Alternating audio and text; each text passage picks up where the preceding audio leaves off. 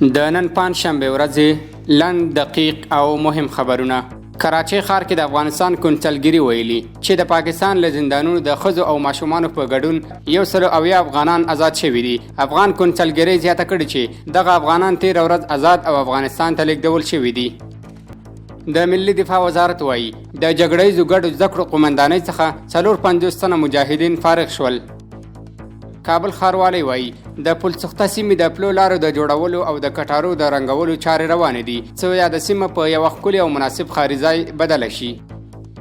د اسلامي امارت ویان مولوي ذبیح الله مجاهد وایي هغه بهرنۍ کړۍ چې د اسلامي امارت د مشرانو له ویناو څخه سوء استفاده کوي او په یو شکل د دوی ترمنځ د نفاق غوښتونکي دي او اوازې خپروي دغه ارمان به ګور ته یوسي. ستندر ملي اداره وایي په اسلام قلعه بندر کې 22 ټانکره بې کیفیته تیل یعنی ډیزل او پټرول ایران هیواد ته بیرته مسترد شول. د تخنیکي او مسلکي زده کړو اداره وایي د سویډن کمیټې یو پلاوی د تخنیکي او مسلکي زده کړو ادارې له سرپرست ښاغلي مولوي غلام شاه احمد سره وکتل.